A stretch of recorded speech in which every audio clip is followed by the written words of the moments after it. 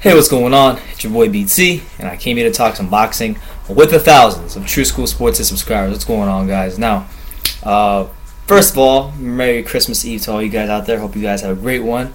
Second of all, got my hair cut, so I feel like I can take on the world right now. And third of all, shout out to Greg Olson, first tight end in NFL history to get 1,000 yards 3 straight seasons. Big stuff going on for Greg Olson. Panthers not doing so good, but good accomplishment. Anyway, to the boxing talk. We have, last night we had Artur Beterbiev. He fought in Canada at the Lac Lemy Casino in Quebec, and he fought Israel Prieto, or I don't know how to say his name, but he fought this guy, Prieto, who's, a guy that has only had a one step-up fight in his career. He went 12 rounds with Eliader Alvarez, so that was really the only fight most people knew could really judge Prieto off of, because most other guys would just kind of stay busy fights, kind of fights that come up.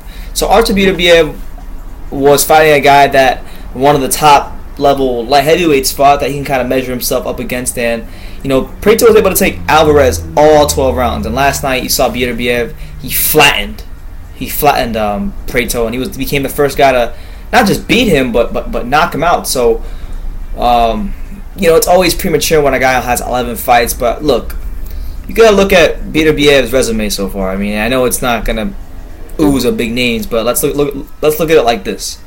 In his 6th professional fight, he fought Tavares Cloud. Yes, it was Tavares Cloud coming off 2 losses, but Tavares Cloud still a name, still someone that if you're not the real deal as a prospect can beat you.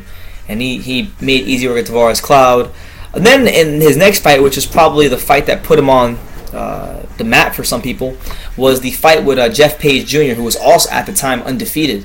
And if you guys can go back and you can go read articles and look at the comment sections. A lot of people were picking Jeff Page to beat Artur Beterbiev, and he was able to go in there and flatten Page in 2 rounds.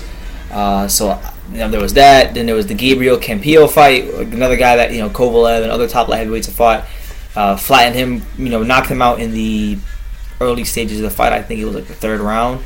It was the 4th round, my bad. It's 4th round. So what I'm saying is this, obviously you look at Beterbiev, look at what he can do in the ring. One thing that stands out about him is like he throws really short, compact punches. So that's whether he's outside or inside, he's always going to be able to hit you because his punches are always short and to the point. Kind of like Kovalev, but he has a little bit more speed on him and a little bit more foot speed than Kovalev.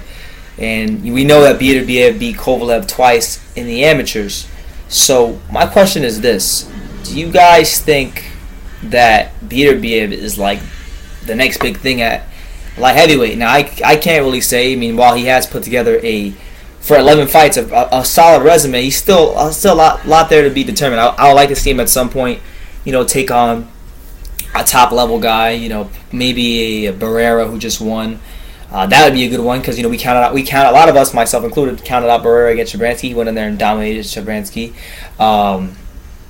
And yeah, so Beterbiev, I look at him, I look at what he brings to the table. He keeps his body in great shape. He trains really well. He's someone that moves around the ring really well. I would say, because a lot of people always want to compare him to Kovalev because he's Russian. He was like a top level guy. He beat Kovalev twice in the amateurs, and foot speed's really on point.